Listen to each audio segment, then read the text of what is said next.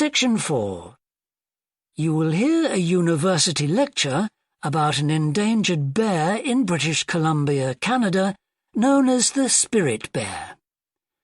First, you have some time to look at questions 31 to 40.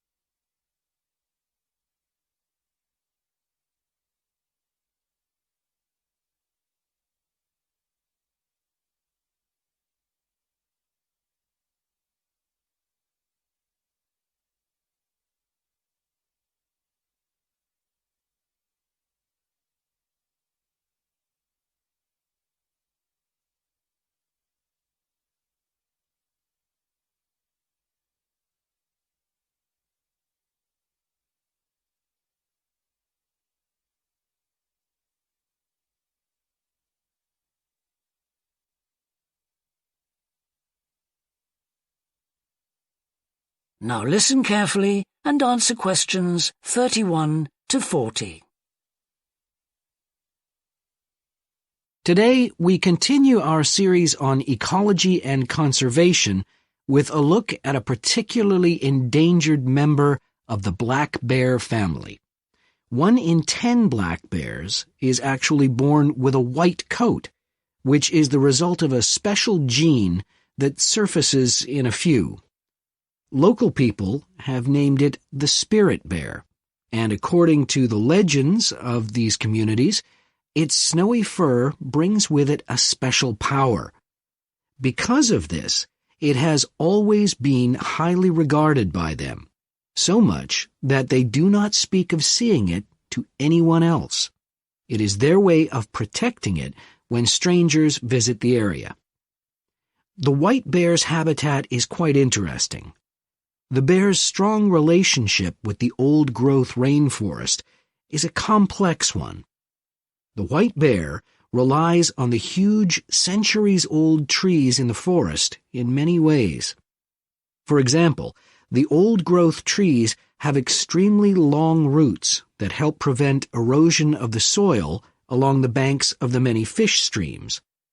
Keeping these banks intact is important because these streams are home to salmon, which are the bear's main food source. In return, the bear's feeding habits nurture the forest. As the bears eat the salmon, they discard the skin and bones in great amounts on the forest floor, which provide vital nutrients. These produce lush vegetation that sustains thousands of other types of life forms, from birds to insects and more. Today, the spirit bear lives off the coast of the province of British Columbia on a few islands. There is great concern for their survival, since it is estimated that less than 200 of these white bears remain. The best way to protect them is to make every effort to preserve the delicate balance of their forest environment. In other words, their ecosystem.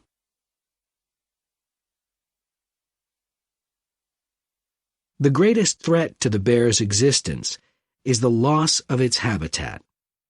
Over many years, logging companies have stripped the land by cutting down a large number of trees. In addition, they have built roads which have fractured the areas where the bear usually feeds, and many hibernation sites have also been lost.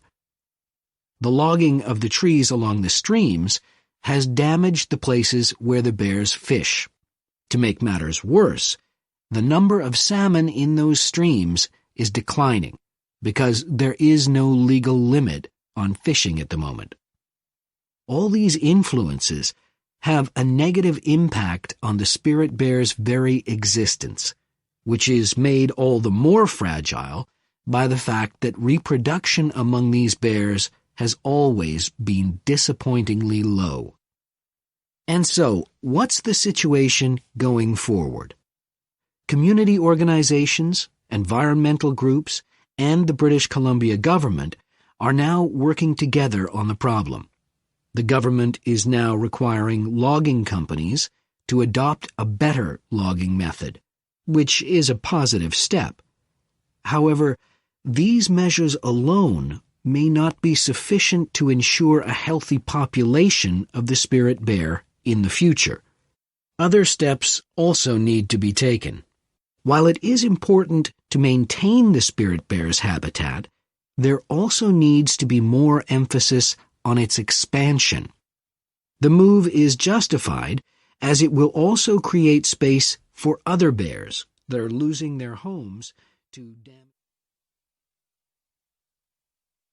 That is the end of section 4. You now have half a minute to check your answers.